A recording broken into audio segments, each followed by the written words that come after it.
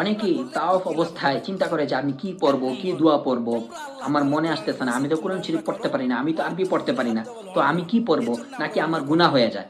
তো আমি আপনাদেরকে এমন কিছু দোয়া বলে দিব যেগুলা আপনি শুধু এই দোয়াগুলোও যদি পড়েন আলহামদুলিল্লাহ হয়ে যাবে, কোনো সমস্যা হবে না। কোনো নির্দিষ্ট দোয়া বাধ্যতামূলক না। তো আমি আপনাদেরকে দোয়াগুলা বলে দিতেছি, অবশ্যই দোয়াগুলা সেভ করে নেবেন এবং যারা হাজিগণ সৌদি আরবে আসবে হজ করতে তাদের সাথে অবশ্যই শেয়ার করবেন।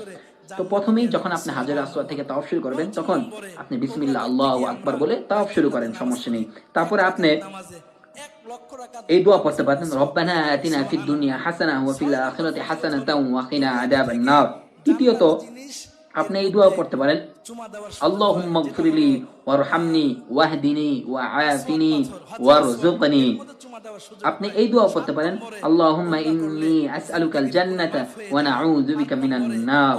তারপরে আপনি এই দোয়া পড়তে পারেন, রব্বিগফির ওয়ারহাম ইন্নাকা আনতাল আল্লামুল গুয়ুব।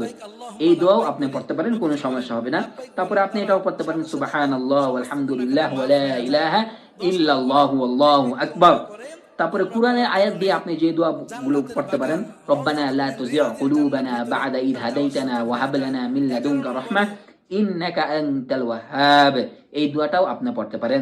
আপনি এটাও পড়তে পারেন যে লা ইউকাল্লিফুল্লাহু নাফসান ইল্লা উসআহা লাহা মা কাসাবাত, সূরা বাকারার শেষ আয়াতও আপনি পড়তে পারেন, কোনো সমস্যা হবে না। কোনো নির্দিষ্ট কোনো দোয়া নেই, আপনি মনের মধ্যে যেটা আসে আপনি সেটাই পড়তে পারেন। যদি আপনার কাছে বই থাকে আপনি বই দেখে বাংলাও পড়তে পারেন, আপনি আরবিতেও পড়তে পারেন, কোনো সমস্যা নেই। আল্লাহ তাআলা কবুল করার মালিক এবং আল্লাহ তাআলা অবশ্যই আমাদের আমলকে কবুল আর মঞ্জুর করে নেবেন অবশ্যই ইনশাআল্লাহ। আমাকে ফলো না করে থাকলে অবশ্যই ফলো করে দিবেন। আসসালামু আলাইকুম।